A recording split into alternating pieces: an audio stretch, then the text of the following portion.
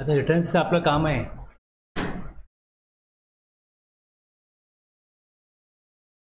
अशा प्रकारे चालतं. आता मी जीएसटीआर 1A ऐकलाय का? 1A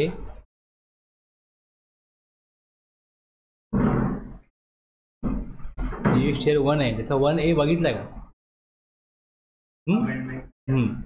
आता याच्यामध्ये अगोदर कसं होतं, ज्यावेळेस इम्प्लिमेंट केला गेला, जीएसटी कॉमन पोर्टल बनवलं, त्यावेळेस जीएसटीआर 1 साठी 10 तारीख ठेवण्यात आली होती की 10 तारखेला जीएसटीआर 1 फाईल होईल आणि त्यानंतर पुढे जाऊन जीएसटीआर 2 असेल. आता जीएसटीआर 1 मध्ये जर का एखाद्याने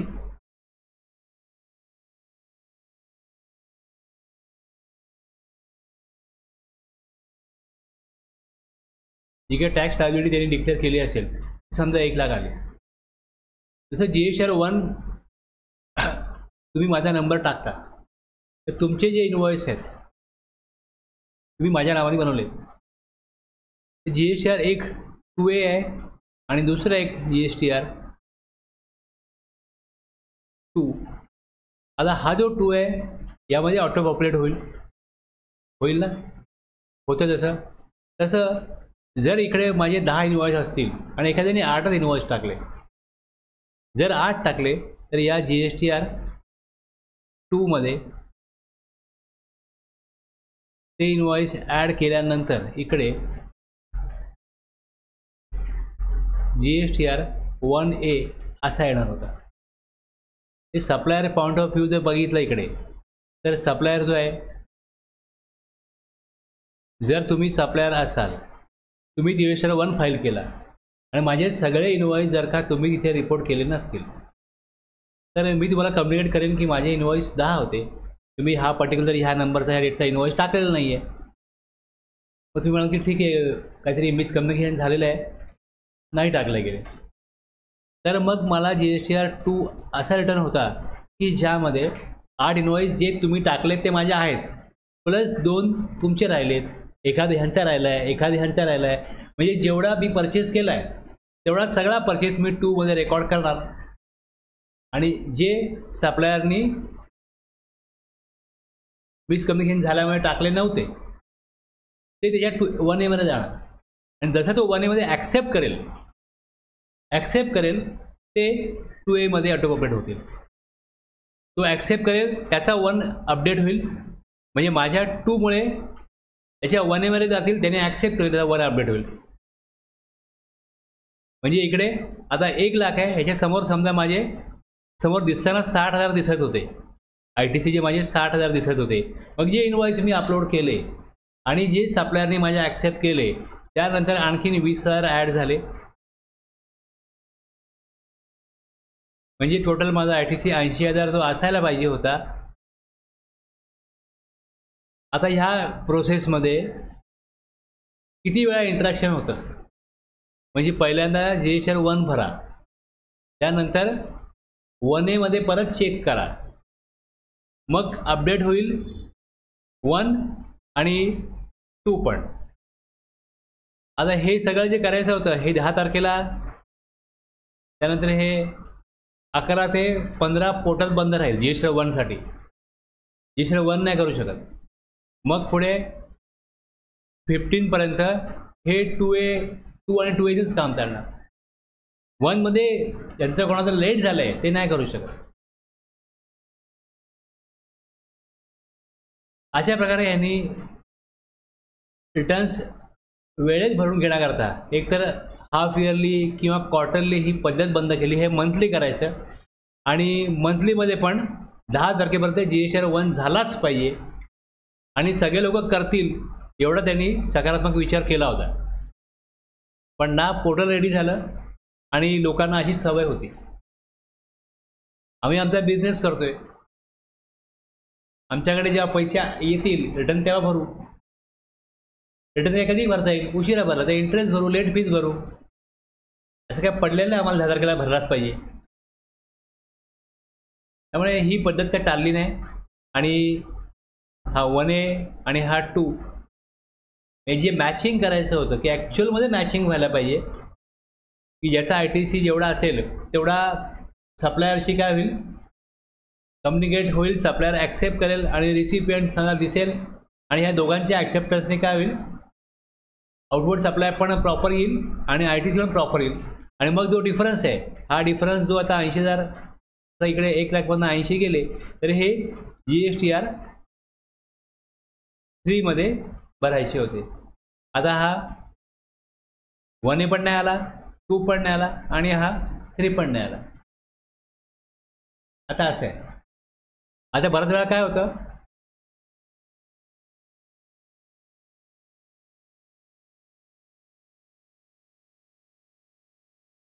GSTR 1 भरला जातो, त्यानंतर 2A 2B हे रिसिपियंट बघतो, हे बघतो म्हणतो माझा इनवॉइस नाही.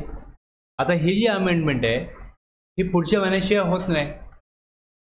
म्हणजे जर का माझा आता रिटर्न जुलैचा भरतोय, तर आता मला जेव्हा सांगतो मी म्हणून की तर आता सिस्टम असा आहे की ऑगस्टशिवाय काय होणार नाही, आता मी ऑगस्टला करेन. आता यांनी काय केलं, GSTR 1 हे अशा करता आणला की जसं हे कम्युनिकेशन झालं होतं की रिसिपियंट म्हणतो की माझा इनवॉइस तुम्ही टाकलेला नाही आहे, तर ह्या 1A मध्ये तो इनवॉइस ॲड केला जाऊ शकतो. म्हणजे माझी लायबिलिटी मी 80,000 दाखवली आहे सप्लायर, आणि एक तुमचा इनवॉइस आहे ज्यामध्ये 10,000 टॅक्स आहे, तो मी नाही दाखवला, तो मी दाखवू शकतो GSTR 1A मध्ये. लोक करत काय होते, समजा असं लक्षात आलं की आपण एखादा इनवॉइस टाकला नाही, तरी जबाबदारी काय की GSTR 1ला जरी 80,000 दाखवले असले तरी GSTR 3B मध्ये जर लायबिलिटी 90,000 आहे तर 90,000 भरली पाहिजे, पण भरतही होते. पण GSTR 1 80,000 दाखवतोय आणि 3B मध्ये 90,000 भरतोय, हे 10,000 कमी का भरतो, कारण तो डिक्लेअर करायची राहून गेली GSTR 1 मध्ये. मग हे 3B भरताना तिकडे लायबिलिटी 90,000 दाखवणार. आता इकडे हा जुलै महिना आहे, जुलै महिन्यात GSTR 1 GSTR 3B इकडे दाखवले 80,000, इकडे दाखवले 90,000, असं होणार ना. आता हे जुलैमध्ये, ऑगस्टमध्ये काय होईल, आता इकडे GSTR 1 जसा इथे 1A अपडेट होतो ना, हे इथे 80 90 होतं. आत्ता कसं करायला लागायचं, हा GSTR 1 जर नाही भरला तर कसं करायला लागायचं, हा 1A वापरलाच नाही तर काय होईल की मी GSTR 1 जेव्हा ऑगस्टचा फाईल करेन, समजा इकडे माझ्याकडे 1,10,000 दिसत आहेत, तर मी इकडे 1,00,000च भरेन, कारण की हे 10,000 आहे ते मी इकडचे ह्यात टाकले. ती डेट जी आहे ती जुलैची आहे, पण टोटल लायबिलिटी किती दिसते तिकडे, 1,10,000 दिसते. आता 1A मुळे काय होईल, 1A मध्ये जो इनवॉइस राहिला आहे तो तसा टाकला जाईल, तो टाकला जाईल.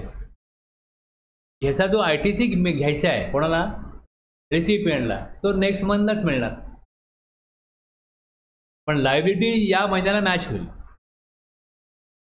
जसं 2B जनरेट होतो 13 तारखेला रात्री, 14ला काय होतं, सगळ्यांना 2B मिळतो, तर किती एक कळतं. GSTR 1A भरला म्हणजे मिसमॅच आहे कधी कळतं, 14 पासून कळतं ना. मग 1A भरल्यानंतर त्या 2B रिजनरेट केला तरच ते अपडेट होईल ना रिसिपियंटला. 2A मध्ये 2A इमिजिएट अपडेट होतो, पण 2B नाही जाणार, असं आहे. जर असा रूल चेंज केला की 1A मध्ये जर अपडेट केला आणि 2A आला तर तो ITC घेता येईल, असं जर का रूल असेल, रूल कसा सांगतो की 2B जे आलाय तो ITC घ्यायचा, जो कम्युनिकेट 2B झालाय तो ITC घ्यायचा. मग जसं GSTR 1 भरला का 2B जनरेट करतात 13 तारखेला रात्री, सेम जसं 1A ला डेट ठेवली त्यांनी की 17पर्यंत भरा, ॲटलिस्ट 14ला तुम्हाला कळलं 14 15 16 17 17पर्यंत तुम्ही काय करा 1A भरा आणि मग 18ला काय होईल, टू बी रिजनरेट होईल. असं जर केलं तर मग तो अपडेट होऊ शकतो टू बीमध्ये. आज तरी तसं नाही आहे. त्यामुळे 1A मुळे काय होतं की लायबिलिटी जी दाखवायची राहून गेली आहे सप्लायरची तो ती दाखवणार. रिसिपेंटला ITC टू बीच्या बेसिसवरती आहे, मग टू बी तो रिफ्लेक्ट या महिन्यात होणारच नाही. म्हणजे तो जेव्हा जुलैमध्ये तेव्हा येऊन बघतो जुलैचा ITC किती आहे, त्यात त्याला 1A मधला येणारच नाही, मग तो ऑगस्टमध्ये जाणार. असं आहे. म्हणजे 1A आणून त्यांनी पहिल्या टप्प्यात तरी फार काय मिळवलंय रिसिपेंट करता किंवा काहीच नाही मिळवलं, फक्त रिसिपेंटला एवढं किंवा दाखवलं आपला इनवॉइस, पुढच्या महिन्यात मिळेल एवढंच आहे. त्याला जेवढे पैसे भरायला लागणार आहेत तेवढे भरायला लागणारच आहेत या महिन्यात तरी. नेक्स्ट मंथला पण त्यांनी दाखवले म्हणजे तो भरेल, म्हणजे आपण आपला शुअर झाला पुढच्या महिन्यात ITC, एवढीच एक खात्री मिळते.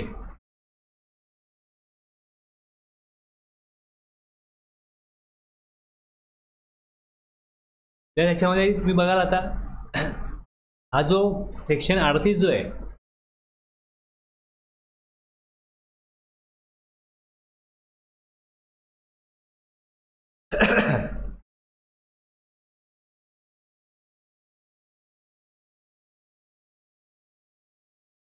हा पूर्वी मॅचिंग करण्यासाठी तरतुदी जसा अशा होत्या त्यामध्ये होत्या, आणि मॅचिंग करण्याकरता मग सेक्शन 42, 43 आणि नंतर थोडंफार ते मॅचिंगची पद्धत बदलणार होते म्हणून त्यांनी 43A आणला होता.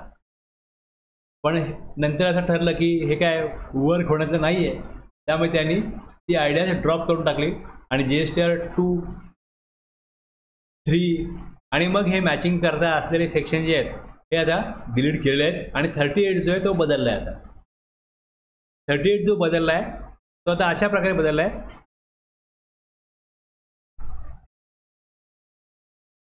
की त्यामध्ये हे दिले फक्त 38 मध्ये की the details of outward supplies furnished by the registered person. 37A मध्ये and of such other supplies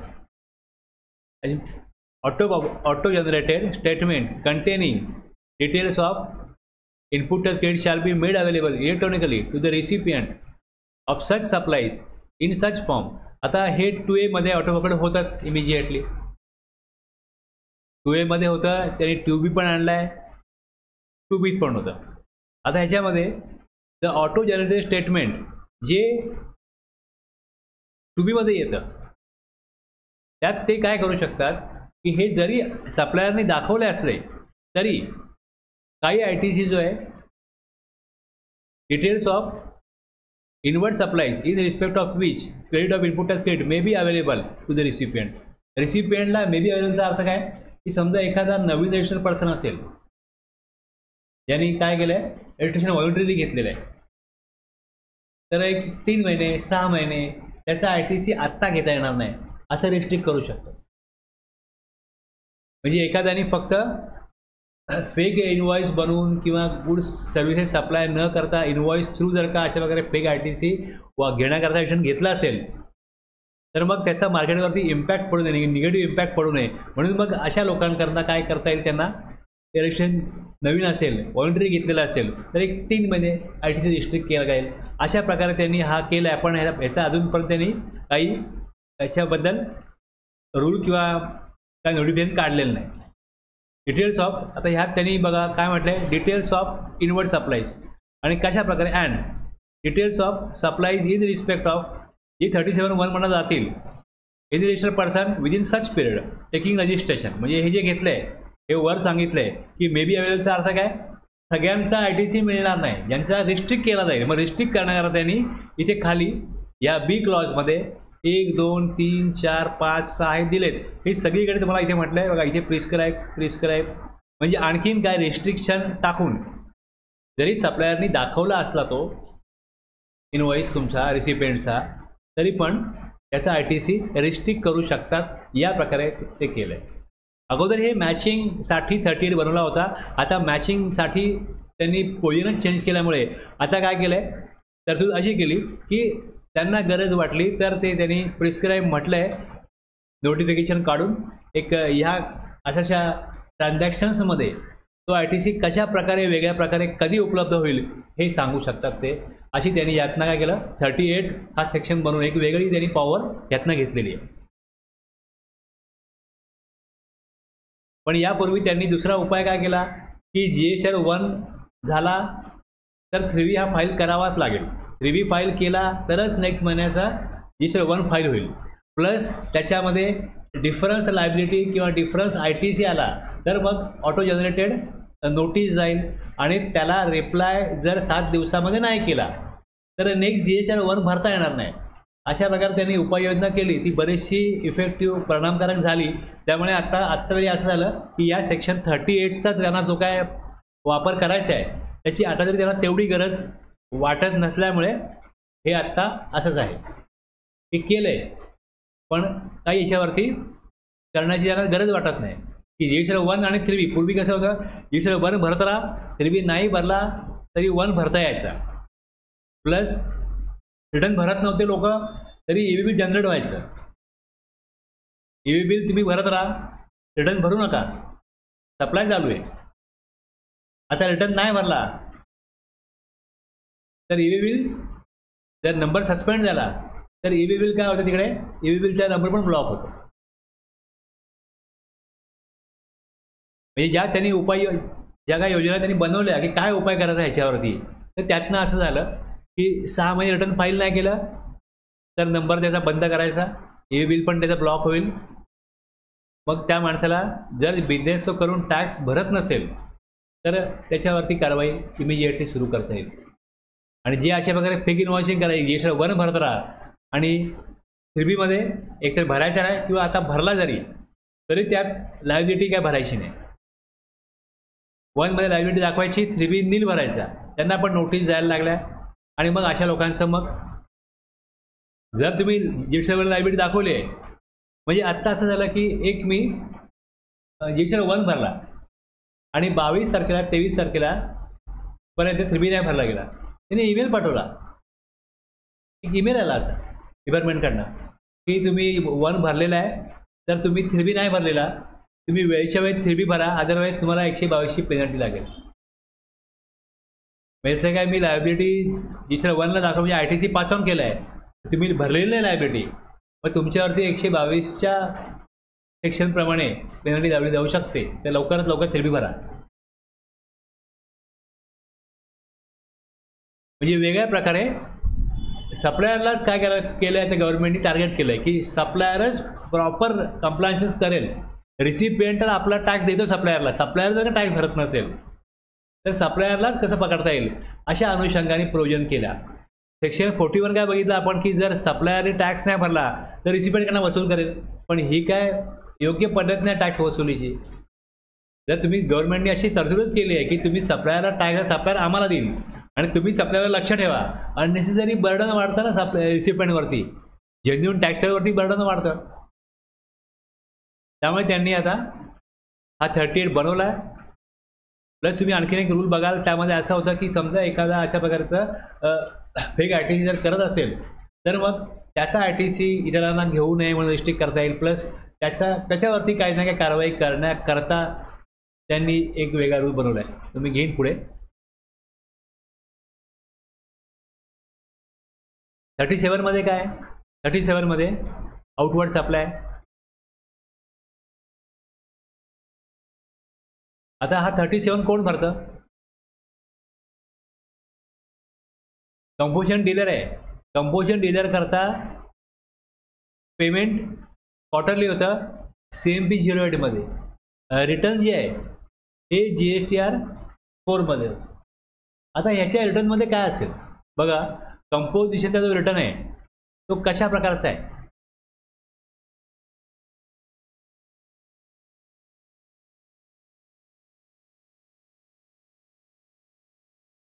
जर कंपोजिशन डीलर असेल तर हा CMP 08 जो आहे याला एप्रिल मे जूनचा असेल.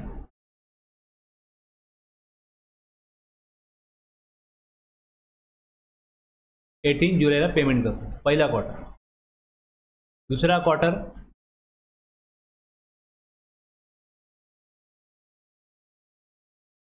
जुलै टू सप्टेंबर,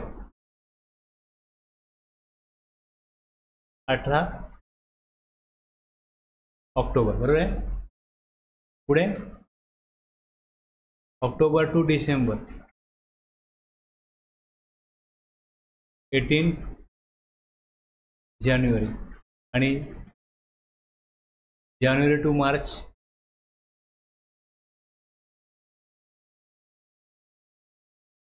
18 एप्रिल. हा CMP 08 जो आहे हा भरणार. याच्यामध्ये फक्त पेमेंट करायचं असतं. ही लायबिलिटी किती आहे?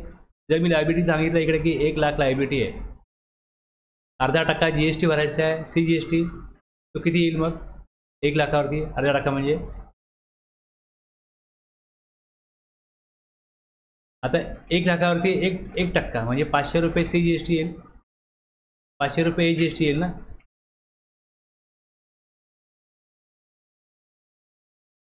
बस एवढंच करायचं. आता जर हे पेमेंट केलंय तर मग GSTR 4 मध्ये हे काय भरणार? GSTR 4 मध्ये हे काय भरणार? RTC त्यांना मिळत नाही, हां, तो पण नाही, 1% थोड्याशा पॉकेटमधनं भरतायत.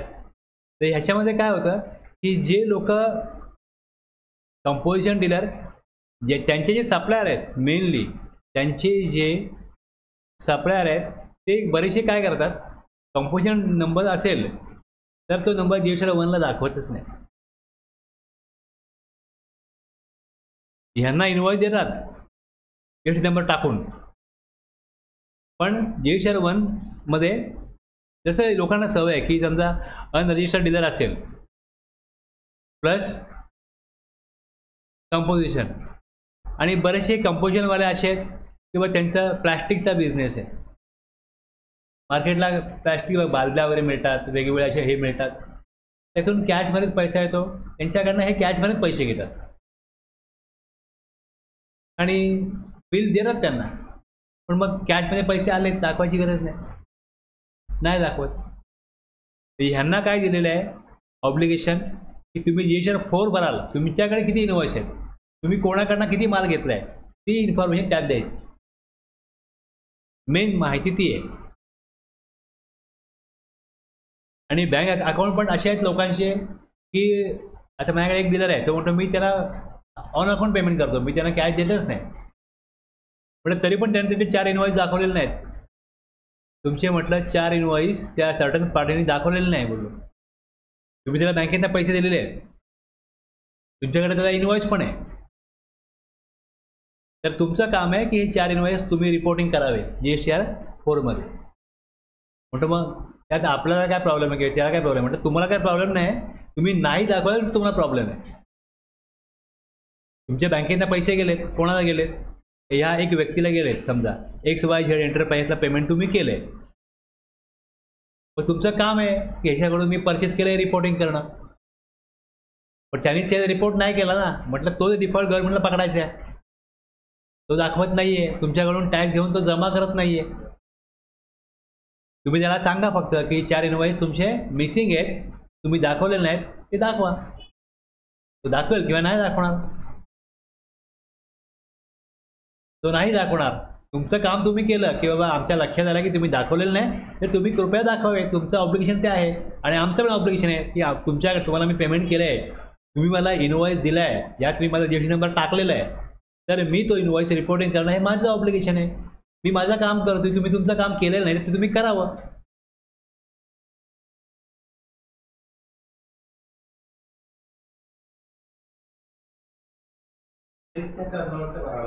दाखवतो एक मिनिट थांबा.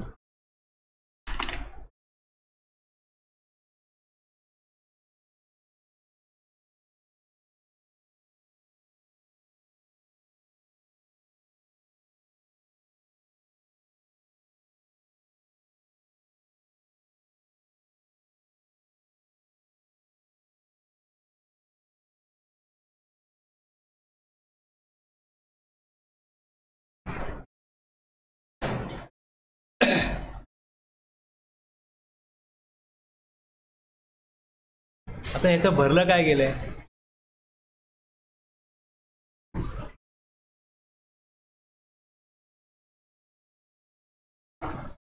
हा 23-24 आहे. आता दर महिन्याला अशा प्रकारे इकडे याला एवढं दिसतं. 4A काय येतं, जसं 2 आहे जसं याला 4 आहे. कोणाकडनं परचेस केलं हे येतं, इथे दिसतंय त्यांच्याकडनं परचेस केलं.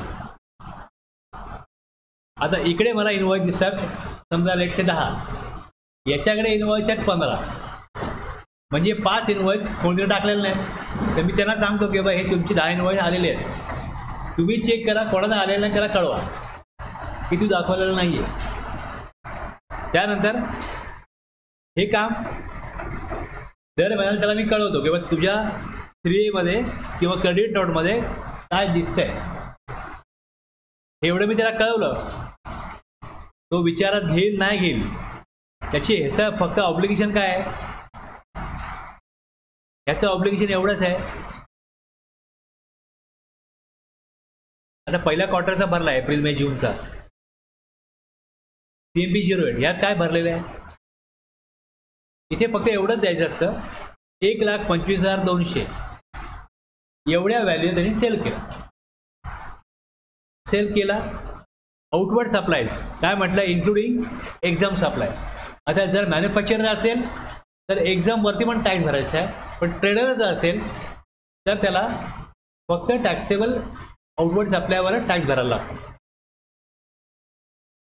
इनवर्ड सप्लाईज अट्रॅक्टिंग रिव्हर्स, आता रिव्हर्स RCM काय टॅक्स नाही आहे त्याला, मग टॅक्स पेएबल 1+2 ही अमाऊंट आली. Interest payable if any, CMP 08 मागचा उशिरा भरला असेल तर लेट फीज वगैरे ह्याच्यावर लागत नाही. CMP 08 ला लेट फीज नाही.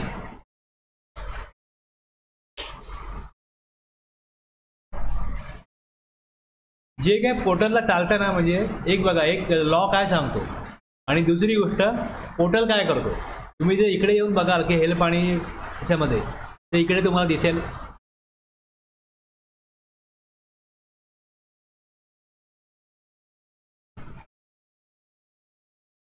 ही सगळी माहिती आहे इकडे.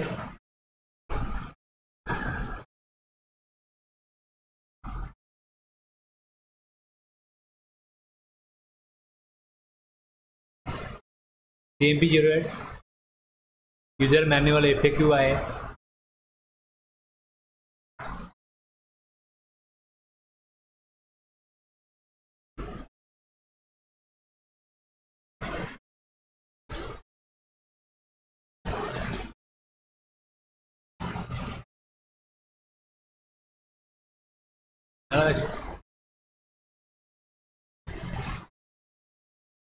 तुम्ही वेबसाईट, तुम्ही जर का गुगल कराल ना तर तुम्हाला अनेक वेबसाईट दाखवतील की CMP 08 ला 200 रुपये लेट फीज आहे म्हणून.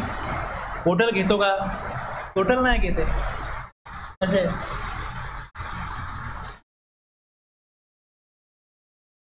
बऱ्याच वेळा मी काय करतो, एक गुगल सर्च करतो, ट्रोजन बघतो आणि इथे येऊन बघतो बाबा हे काय करतात, म्हणजे काही असो,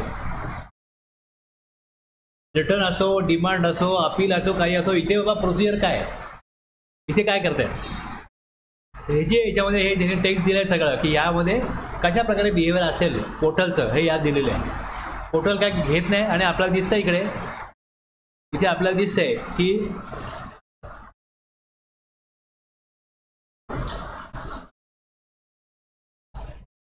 जर लेट फीज घेत असतील तर लेट फीज कसे घेतील. आता कसं आहे, GSR 1 ला पण लेट फी आहे, GSR 1 ला लेट फी आहे, GSR 1 लेट फाईल केला तर लेट फी आहे कायद्याप्रमाणे, पण गव्हर्नमेंट घेत नाही. 3B लेट फाईल केला तर लेट फीज घेते, GSR 1 ची घेत नाही, लक्षात घ्या, पण मागू शकते. तसं हे CMP 08 जर काहीतरी एक कंप्लायन्स उशिरा करतो तर उशिरा काही केलं, स्टेटमेंट कुठलंही सबमिट केलं तर त्याला बाय डिफॉल्ट लेट फीज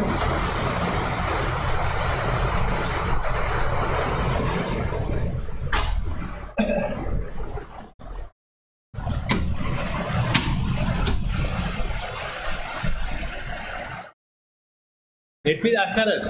ह्या पद्धतीने सगळ्या वेबसाईटला ती माहिती येते आणि जे काय प्रोव्हिजन आहे त्यालाच बेस धरून ते सांगतात की लेट फीज आहे. पण पोर्टल सांगतो की लेट फीज नाही आहे आणि इथे लेट फीज भरण्याकरता ना GSR 4मध्ये काय आहे ना इकडे मी CMP 08 लेट भरतोय. तर मी जेव्हा हा भरला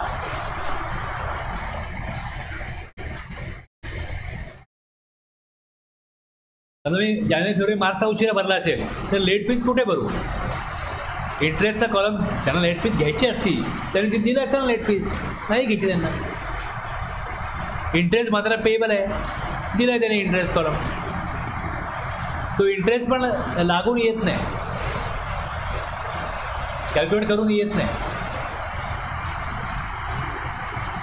उशिरा फाईल केलं तरी. म्हणजे त्यात पण भरा काय भरता ते भरा असंच त्यांचं एकंदरीत ते दिसतंय कंपोजिशन लॉच्या बाबतीमध्ये.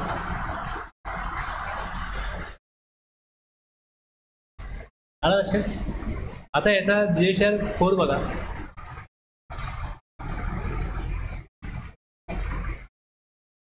मागे मी एक लेट फाईल झाला होता तर त्याची काही इंटरेस्ट दाखवलं नव्हतं.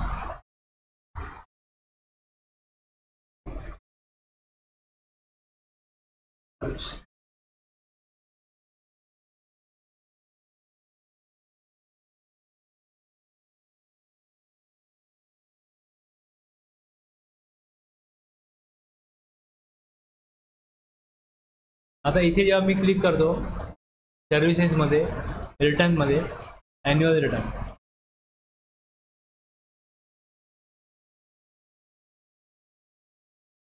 सतरा 18चा बघा कसं आहे. 9 आहे दिसतोय, 9 आहे. 18 19 19 20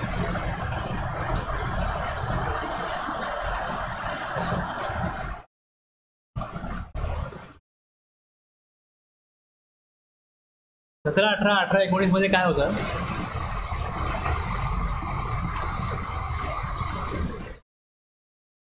अठरा 19 काढला. CMP 08 नव्हतं. 17 18 18 19 CMP 08 नव्हतं. हा जो GSR 4 आहे हाच क्वार्टरली होता आणि त्यांचा ॲन्युअल रिटर्न जो आहे तो 9 इयर्स. विनाकारण बरीच फालतू माहिती 9A मध्ये द्यायला लागत होती आणि 4A 4मध्ये पण बरीच फालतू माहिती.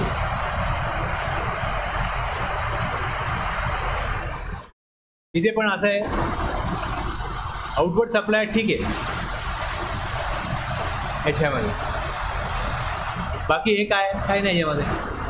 मग हाच त्यांनी सिम्प्लिफाय केला की 9A मध्ये काय तुम्ही देऊ नका, त्याऐवजी काय करा 4मध्ये परचेसची माहिती दे. बस असं केलं आहे. यात सगळे कॉलम भरलेले नाही आहेत. हे मध्ये 6 आहे, 10 11 आहे, 13 आहे. मधले कॉलम लागून आणि भरले नाही, यात तिथे दाखवत नाही.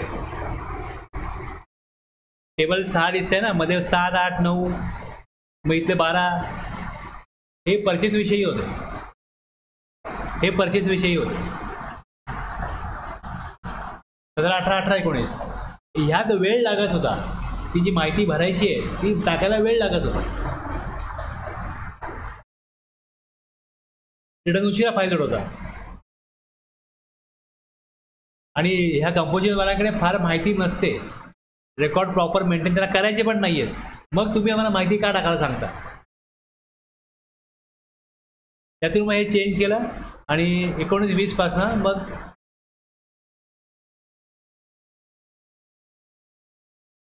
17 18 18 19 19 20. आता हे पण तुम्ही पोर्टलला वाचाल मला येईल की कधीपासून आलंय CMP 08 आणि या 4A काढला. आता हे इथे सप्लायरची माहिती येते की यांनी या क्वार्टरला काय परचेस केलं. रिटर्न ॲन्युअल रिटर्न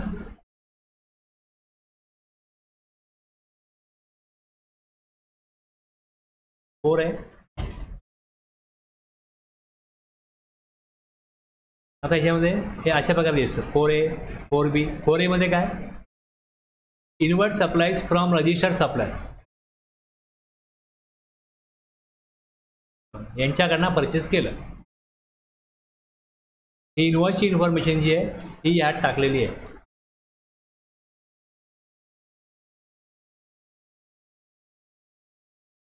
त्याचं सप्लायर रजिस्ट्रेशन नंबर, त्याचं नाव, अमाऊंट, टॅक्सेबल व्हॅल्यू किती आहे, ही माहिती भरायला लागते.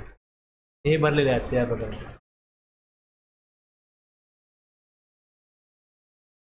एवढे इनवॉइस दाखवले गेले. छोटा एक आहे कंपोजिशन डीलर, जास्त काय परचेस नव्हता त्याला.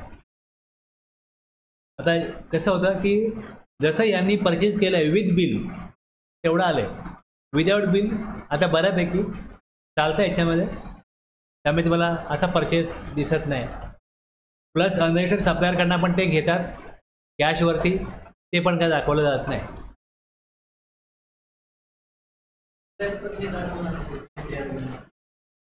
आता जे यांनी ऑन अकाउंट घेतलेत तेच दिसते आहे.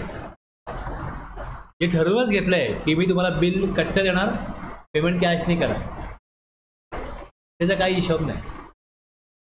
पण काय मोठ्या कंपन्या आहेत त्यांनी यांच्याकडनं ऑन अकाउंट पेमेंट घेतलंय, ते यांना दाखवलं पाहिजे. ते दाखवून दाखव असं आहे ना. याचं ऑब्जेक्शन एवढंच आहे की तुमच्या नावाने कोणतरी एक इनवॉइस बनवला आहे, यात तुमचा जेट नंबर दिलेला आहे आणि तुम्ही त्याला ऑन अकाउंट बँकेत पेमेंट केलेलं आहे. ते इनवॉइस दाखवले गेले तिकडे, त्यांनी जेट 1ला दाखवले की नाही दाखवले, याचं काम आहे दाखवणं की मी परचेस केलं आहे. पण जिकडे दोघांचं संगनमत आहे की तुम्हाला मी कच्चं बिल देतो, तुम्ही कॅश पेमेंट करा, ती इन्फॉर्मेशन काय दाखवली जात नाही.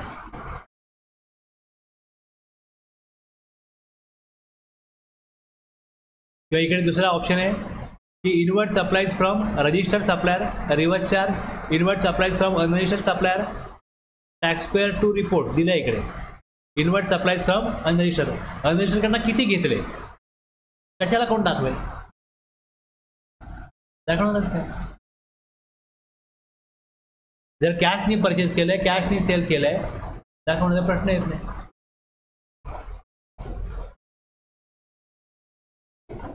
आलं लक्षात.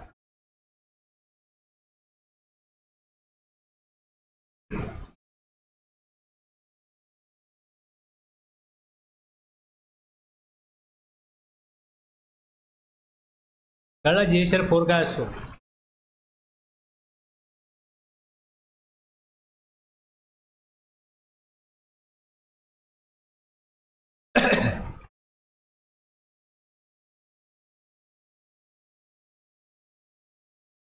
आता ॲक्च्युली तुम्ही बघाल तर असा 20,000 25,000 परचेस दिसतो आणि 1 लाख रुपये सेल दाखवला. ठीक आहे ना, गव्हर्नमेंट काय बोलणार, 25,000 परचेस दिसतोय या नावावरती, हा 1 लाख दाखवतोय सेल. म्हणजे अनरजिस्टर्डकडनं पण काय गुड्स घेतलेत, पण ते काय कुठे GSR 4 रिपोर्ट नाही केले काय आहेत, पण त्यांना इन्व्हॉइसच नाही आहे. काय अनरजिस्टर्डवाल्याकडनं काय इन्व्हॉइस नाही आहे, त्यांनी गुड्स पाठवले, आता रेकॉर्ड नाही, आम्ही नाही दाखवू शकलो. बऱ्याचशा लोकांचं असं आहे की जे काय परचेस करतात ते विदाउट बिल करतात, काय रेकॉर्ड नसतो, पक्का बिल नसतं अनरजिस्टर्डवाल्याचं, ते पेमेंट कॅशच घेतात.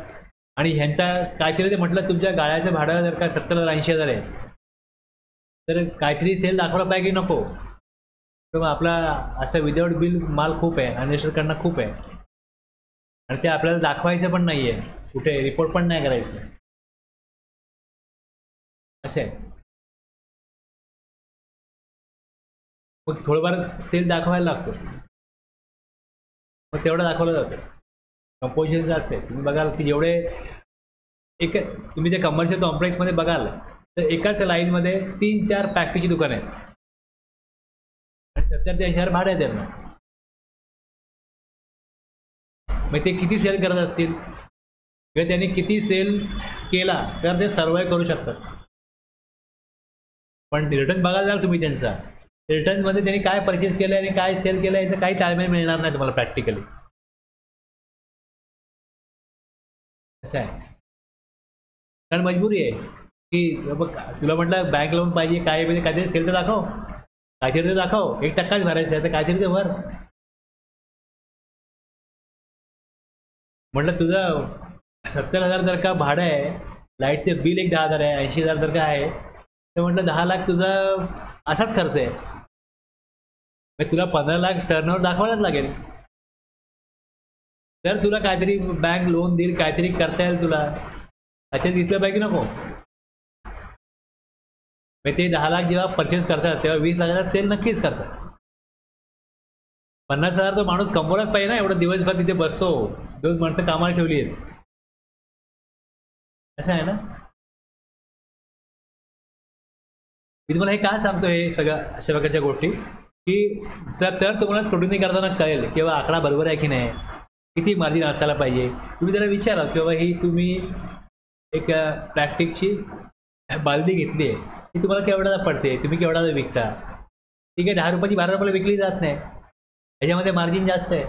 खूप माल ठेवायला लागतो स्टोअर, त्याला खूप म्हणजे स्टॉकमध्ये बऱ्याच वस्तू ठेवायला लागतात. जेव्हा स्टॉक मेंटेन करायला लागतो तेव्हा मार्जिन वाढतं. डिस्ट्रीब्युटरला मॅन्युफॅक्चरला कसं आहे, बनवा आणि लगेच विका, स्टॉकमध्ये काय ठेवत नाही मॅन्युफॅक्चर. पण जो एंड युजरला विकतो ट्रेडर, त्याला स्टॉक ठेवावा लागतो. मग दुकान कुठला पण असो, भांड्याचा असो, कपड्याचा असो किंवा अशा कुठल्याही वस्तूंचा असो, त्यांना ठेवायला लागतात वस्तू, दाखवायला लागतात लोकांना. त्यांना कंपनी मार्जिन देते, 40%, 50%, 60% मार्जिन त्यांना घ्यावं लागतं. डिपेंड आहे.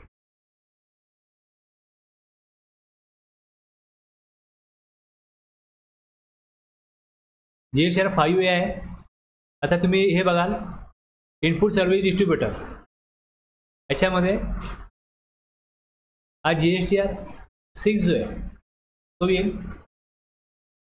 नॉन रेसिडेंट टॅक्सेबल पर्सन आहे GSTR 5. त्यानंतर सेक्शन 10 बघितलं आपण आता. सेक्शन 51 कोणाला आहे, गव्हर्नमेंटसाठी आहे, TDS कट करण्याकरता. त्यांना GSTR 7 मध्ये माहिती द्यायला लागते. सेक्शन 52 ई कॉमर्स ऑपरेटरला आहे, TCS डिडक्ट केला आहे, तो रिपोर्ट करायला लागतो.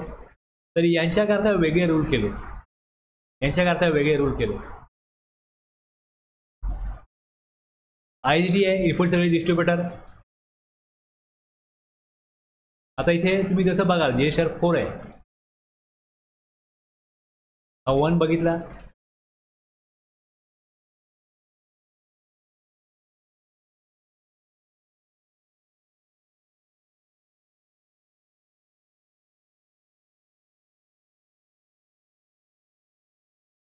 आता ह्याचा रूल पहिले वेगळा होता आणि खाली ऑटो ड्राफ्टेड हे येणार होते, या धर्तीवरती हा केलेला होता. हा आता GSTR 1A नाही आहे.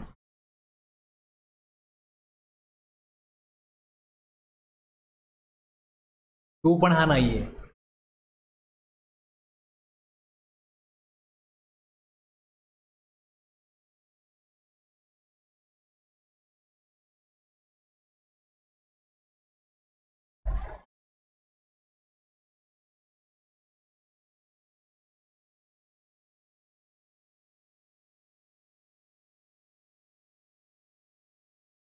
हा 3 पण नाही आहे. आता मंथली रिटर्न बघा, ह्याला नाव होतं मंथली रिटर्न 3.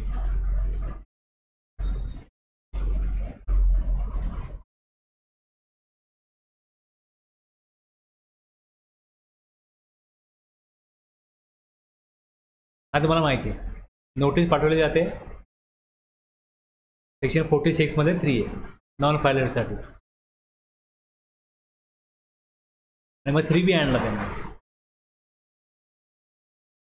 हा 4 आहे, हा अगोदरचा 4 या प्रकारे होता. 4A 5 बघा कोणा करताय, रिटर्न फॉर नॉन रेसिडेंट, आणि रूल दिलाय 63. आता ह्याच प्रमाणे तुम्हाला इकडे मिळेल रूल 63 GSTR 5 कोणा करता, non resident taxable person.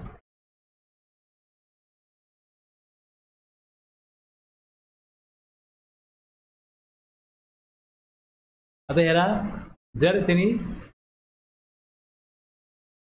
Import of goods केला असेल, ITC परत त्याच्यात मिळतो. एवढी माहिती ह्यामध्ये येईल. आउटवर्ड सप्लाय किती केला आहे, टॅक्स किती कलेक्ट केला, ITC हा इम्पोर्ट ऑफ गुड्सचा जेवढा आहे तेवढा मेल, बाकीचा ITC त्याला ब्लॉक केला आहे. एवढीच माहिती यात भरायची. प्लस काय अमेंडमेंट दिलेली आहे. एकूण टॅक्स पेबल किती आहे.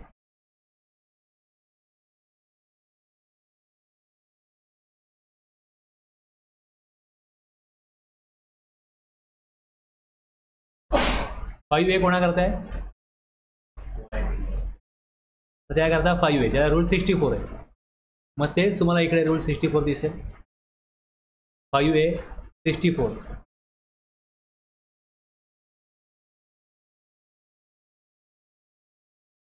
मग ते काय माहिती भरतील.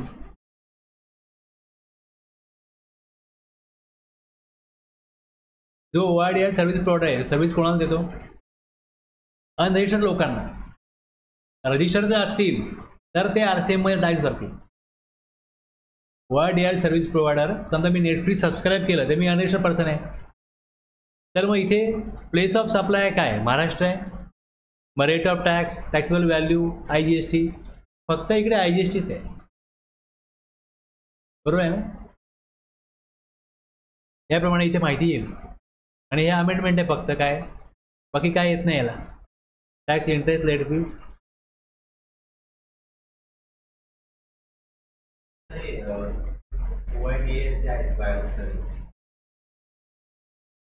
घ्यावं लागतं ना त्यांना. त्यांच्याकरता तुम्हाला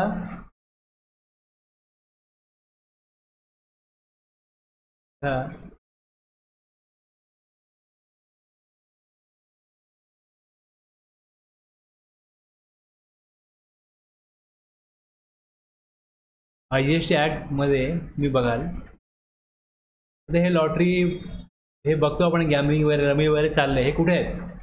हे असे येणारच ना बाहेरच्या देशामधनं.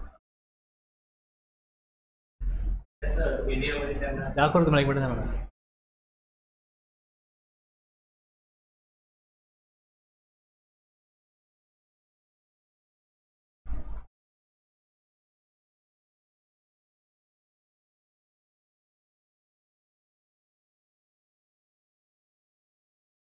Special provision online information and database access retrieval services, यांच्याकरता स्पेशल प्रोव्हिजन आहे.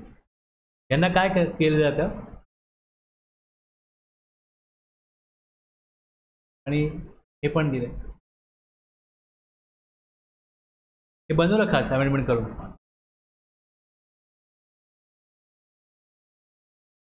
त्यांना एक सिम्प्लिफाईड स्कीम दिली जाते, त्यात ते इलेक्शन घेतात आणि त्यांना एकच नंबर घ्यायचा, एकदाच इलेक्शन घ्यायचं. प्रत्येक स्टेट वाईज नाही घ्यायचं,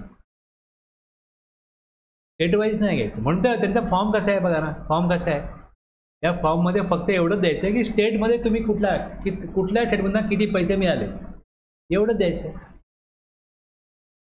हे जो कोण त्यांना सबस्क्रिप्शन फीज पे करेल तो कुठल्या स्टेटमधनं करतोय ही त्यांना माहिती मिळाली, बस तेवढं त्यात भरायचं त्यांना. आणि ज्याप्रमाणे व्हॅल्युएशनचा रूल आहे किंवा प्रोव्हिजन आहे, कुठल्या व्हॅल्यूवर टॅक्स लागेल तो टॅक्स लागेल. एवढी अमाऊंट त्यांनी घेतली आहे त्याच्यावर त्यांना टॅक्स देणं आहे, हे जे त्यांनी दिलं व्हॅल्युएशनमध्ये त्यावर त्यांना टॅक्स द्यायला लागेल. रमी किंवा अशा कुठल्या गेम आहेत त्याच्यावरती.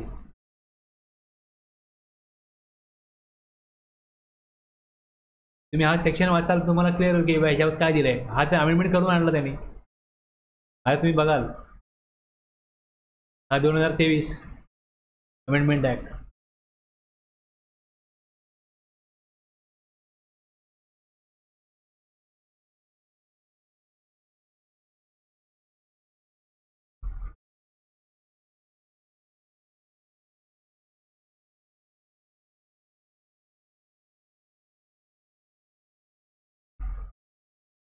Simplified under simplified registration scheme to be notified by the government. Single registration है, single registration.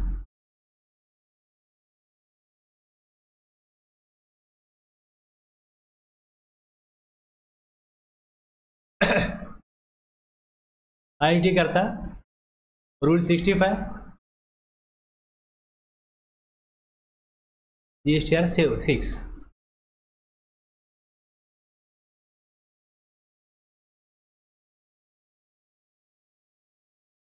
हे त्याचं ऑटो ड्राफ्टेड 6. GSTR 1 फाईल केला का IIDच्या 6A मध्ये येईल. Input credit received for distribution. एक वेगळा नंबर घ्यायचा IIGने, त्यात तो परचेस करेल आणि त्यानंतर ज्या ज्या ब्रँचेस करता परचेस केलंय त्याच्या त्या प्रोव्हिजनप्रमाणे, त्या रूलप्रमाणे ते डिस्ट्रीब्यूट करायचं.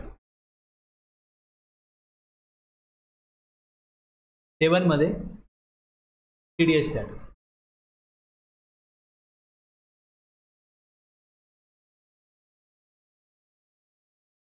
याचं certificate, TDS certificate, TDS deduct कोणाचा केला त्याला सर्टिफिकेट द्यायचं. 7A. हा 8.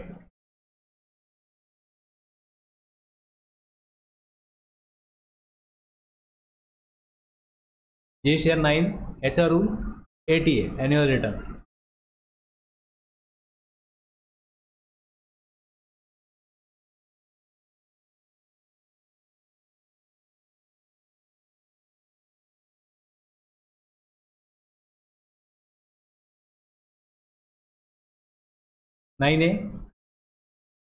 For composition tax payer. आता हा काय भरून घेत नाही 19-20 पासून.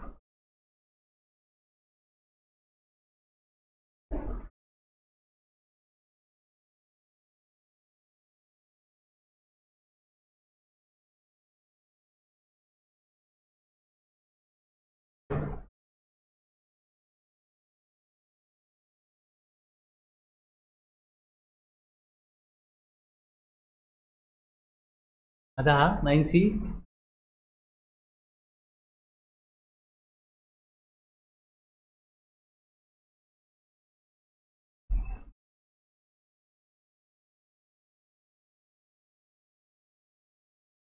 टेन कशा करताय.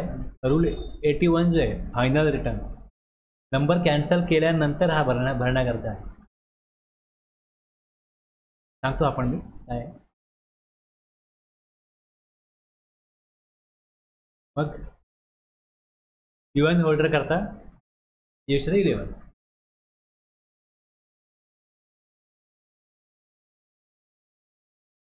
एवढे रिटर्नचे फॉर्म आहेत.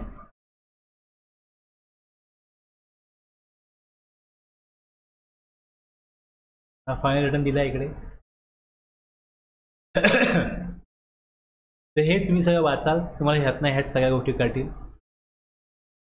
आपण GSTR 1 बघतो तर मग 37 प्रमाणे त्याच्या प्रोव्हिजन आहेत.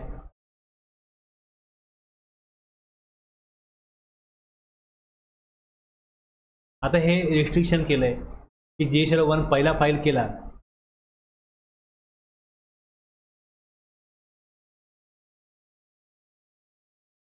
जर GSTR 1 अगोदरचा फाईल केला नसेल, पहिले असं केलं की GSTR 1 अगोदरचा फाईल केला नाही तर नेक्स्ट फाईल करता येणार नाही, पण 3V शिवाय नेक्स्ट GSTR 1 फाईल होत होता. मग त्यांनी असं केलं की नाही 3V फाईल केला तर GSTR 1 फाईल होईल.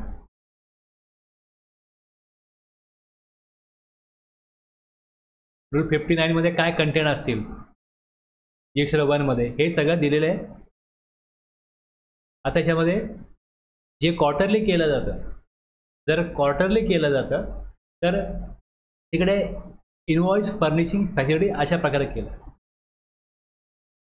हे रिटर्न त्यांनी पहिल्यांदा कसं केलं की सगळं मंथलीच ठेवलं. नंतर त्यांचं वेबसाईट प्रॉपर चालत नव्हती आणि टॅक्सपेअरला मंथली करण्याला विरोध झाला त्यांना. मग त्यांनी रिटर्न क्वार्टरली केले. रिटर्न जेव्हा त्यांनी क्वार्टरली केलं पहिले गव्हर्नमेंटनी, त्यावेळेस काय केलं,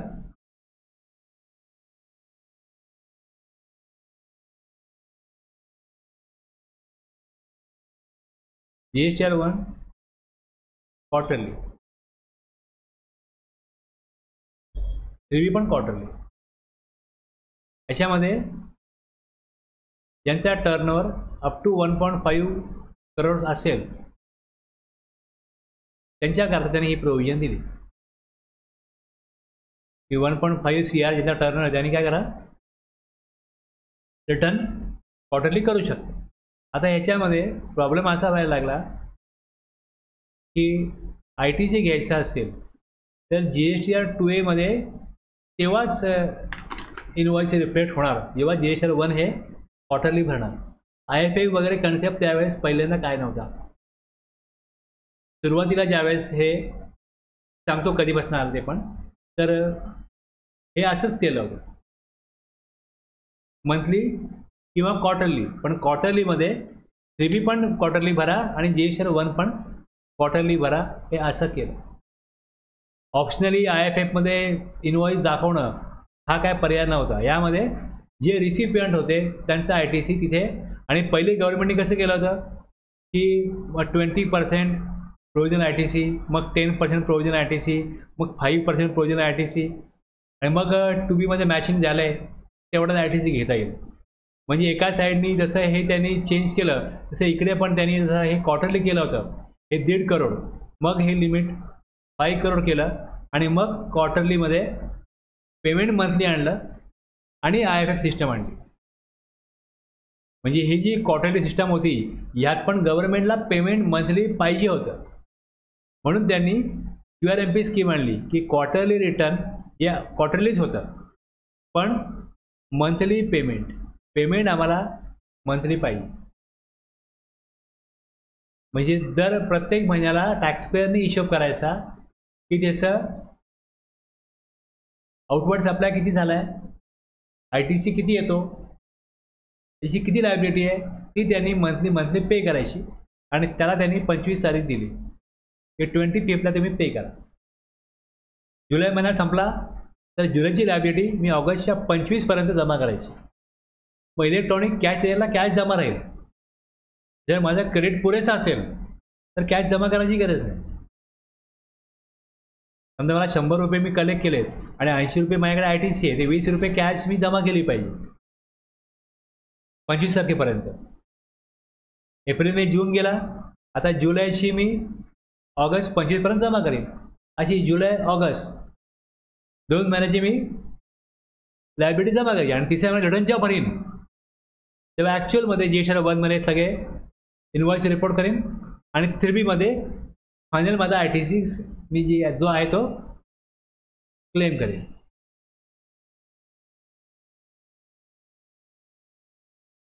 ॲक्च्युअली क्लेम 3B मध्ये होतो ना.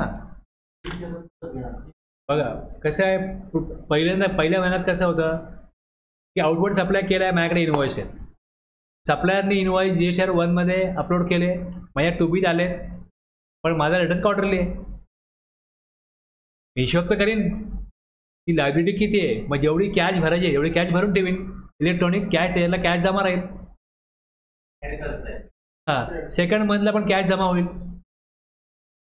बघा टोटली जर माझी पहिल्या महिन्यामध्ये मी 1 लाखाचा सेल केला, दुसऱ्या महिन्यात 1,20,000चा सेल केला, तिसऱ्या महिन्यात 80,000चा सेल केला. ओके, तर इथे मला ITC किती आहे, माझ्याकडे 80,000 आहे. मग इथे मी 20,000 रुपये काय करीन, कॅश जमा करून ठेवीन. इथे मी 1,20,000चा माल जरी विकला असला तरी 1,25,000चा काय झाला माझ्याकडे परचेस झाला.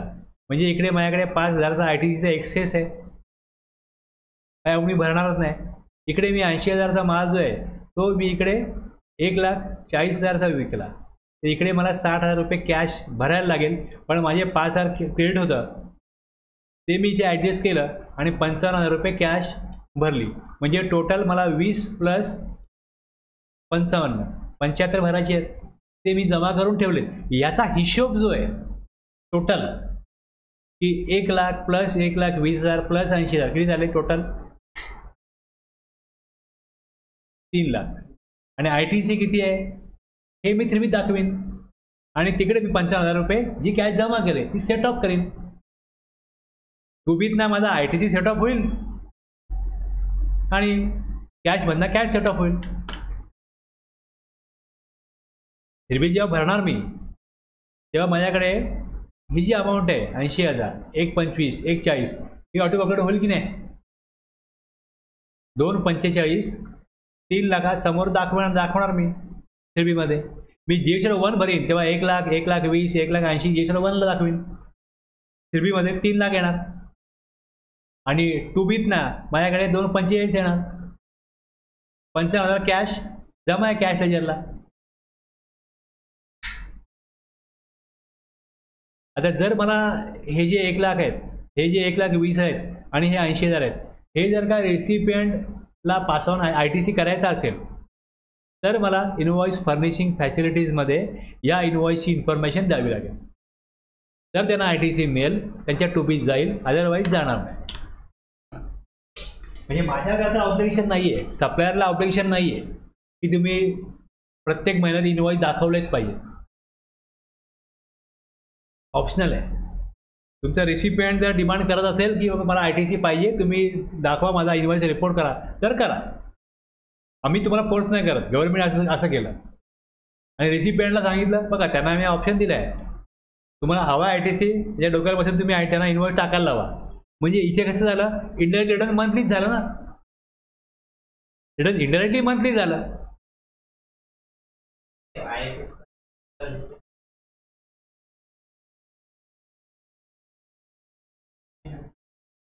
नाही बघा कसं होतं, जसं IFF मध्ये त्यांनी अमाऊंट भरली, IFF वर त्यांनी ते रिपोर्ट केला इनवॉइस. तुम्ही सोर्स बघा काय, तुम्ही जेव्हा सोर्स बघता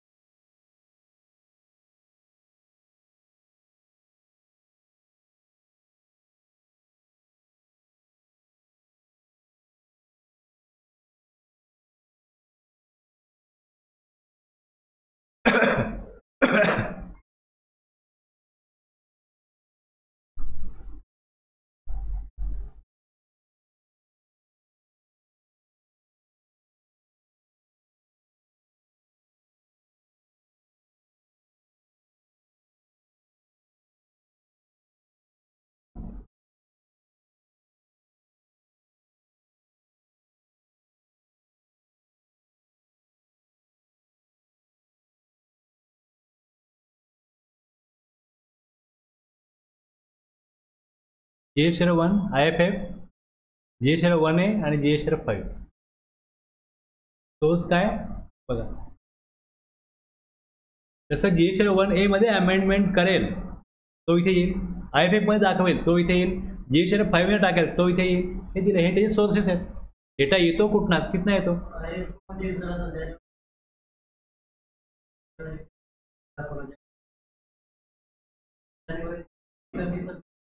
आज फक्त इथे येणार.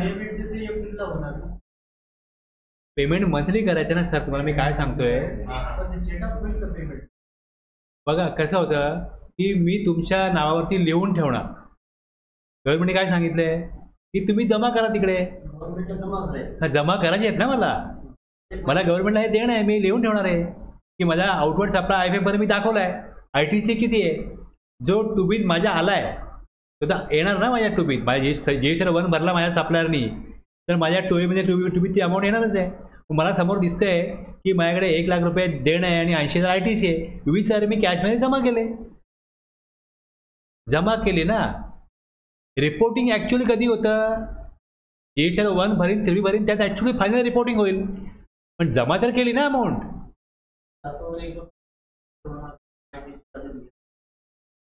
पेमेंट त्याला करणं आहे ना तिकडे. क्वार्टरली रिटर्न मंथली पेमेंटचा अर्थच तो आहे, पेमेंट मंथली करा.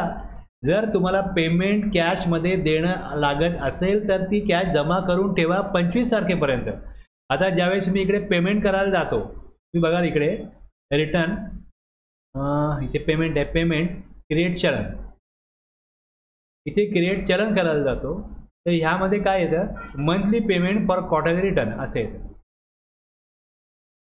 आता ह्यात त्यांनी ऑप्शन असा दिलाय की जर मी मागच्या क्वार्टरमध्ये 1,00,000 रुपये टॅक्स जमा केला असेल त्याच्या अगोदरच्या क्वार्टरला 2 लाख जमा केला असेल, या क्वार्टरला मे बी 1.5 लाख येईल, तरी ते काय म्हणतात की तुम्ही जेवढा मागच्या क्वार्टरला जमा केला टॅक्स 35% चलन अमाऊंटमध्ये टॅक्स भरून टाकायचा. म्हणजे आत्ता माझ्याकडे आउटवर्ड सप्लाय किती आहे आणि इनवर्ड किती आहे काही बघायचं नाही, मागच्या क्वार्टरच्या 35% अमाऊंट भरून टाका अमाऊंट. आता मे बी मला मागच्या वेळेला IGST होती, CGST होती, AGST होती, काही बघायचं नाही, तुम्ही इकडे 35% अमाऊंट जमा करा. अदरवाईज हिशोब करा, तुमचा हिशोब करा किती अमाऊंट बनते ती बदला. आता समजा मी 1 लाख टॅक्स मागच्या, ॲक्च्युली मला 2 लाखापर्यंत अमाऊंट जाते, फ्लॅट पिरियड होता मागच्या क्वार्टरला, 1 लाख जमा केला, 35,000 जमा केले, ओके. पण जर पुढच्या क्वार्टरमध्ये मी 2 लाखाचा बिझनेस केला, आपण जास्त भरला येईल ना मला, तर खाली काय म्हटलंय, as per law no interest shall be levied for the selected month. म्हणजे जरी माझी लायबिलिटी आता 17,000 असेल, पण मागच्या क्वार्टर बेसिसवरती मी जर का तिथे 35,000 भरले, तरी मला डिफरन्शियल 35,000वरती कुठलाही इंटरेस्ट मागितला जाणार नाही, कायद्यानुसार तो देय नाही, असं कायदा केला करताना. एक QRMP स्कीम आणली, ती अशा प्रकारे आणली की आयदर तुम्ही हिशोब करून अमाऊंट जमा करा किंवा मागच्या क्वार्टरच्या आधारावरती 35% अमाऊंट जमा करा पहिल्या महिन्यात, 35% अमाऊंट जमा करा दुसऱ्या महिन्यात, आणि तिसऱ्या महिन्यामध्ये ॲक्च्युअली हिशोब करा. म्हणजे मला 2 लाख देणे आहे, मी 17,000 रुपये जमा केले, तिसऱ्या महिन्यामध्ये मला 1,30,000 द्यावे लागतील ना, इंटरेस्ट काही घेणार नाही गव्हर्नमेंट, असं आहे. तसे नियम केले, प्रोव्हिजन केली, पोर्टलला त्यांनी या प्रकारे चलन बनवायचा ऑप्शन दिलेला आहे की आयदर तुम्ही हिशोब करा तुमची अमाऊंट किती देणं आहे, ती कॅश जमा करा अप टू 25. आता हे सगळं स्क्रुटिनी करणारे कसे स्क्रुटिनी करतील, मग किती त्याचा सप्लाय होता, GSR 1 ला किती अमाऊंट त्यांनी दाखवली, मग ती त्या महिन्याची किती, पहिल्या महिन्याची, त्याचा ITC किती होता, मग ह्यांनी जमा कसे केले होते, 35% जमा केले होते का ॲक्च्युअली जमा केले होते का जमाच नव्हते केले, मग ह्याच्याला इंटरेस्ट मागा ह्याच्याकडे, हे सगळं काम आहे कन्सर्न डिपार्टमेंटला. स्क्रुटिनी करायला गेले तर दुसऱ्या महिन्यामध्ये किती त्यांनी जे काही GSR 1 भरेल त्यात कळेल ना की बाबा माझं आता एप्रिलचे किती इनवॉइस होते, मेचे किती होते, जूनचे किती होते, मग मी तेवढी अमाऊंट आउटपुट सप्लायप्रमाणे ITC विचारात घेऊन जमा केली होती का 25 तारखेपर्यंत, मेच्या 25पर्यंत जमा नव्हती केली, 25च्या ऐवजी 26 जमा केली, मग 1 दिवसाचा इंटरेस्ट लागेल, हे सगळं करायला लागेल हिशोब, हे सगळं लक्षात घ्यायला लागेल. सेकंड मंथला काय पोझिशन होती, थर्ड मंथला मग काय केलं,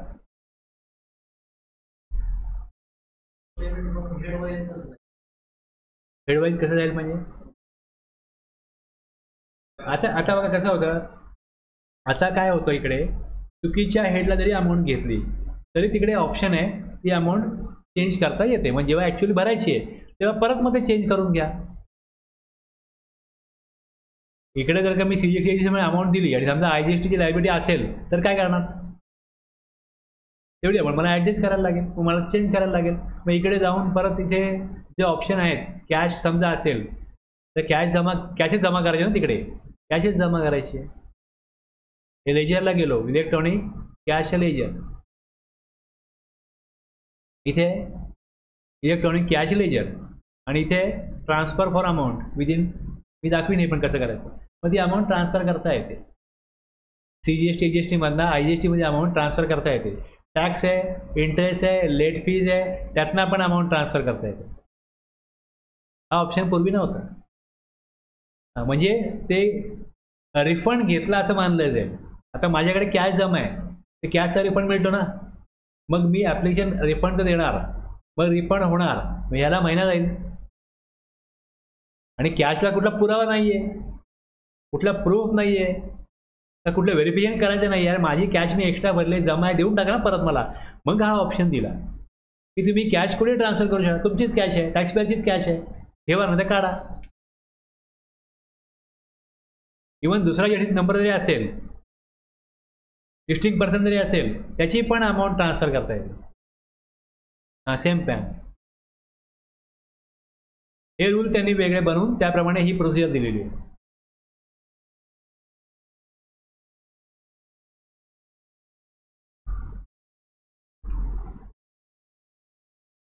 मी ते ब्रेक घेतो, मग नंतर सांगतो ब्रेक नंतर. ओके.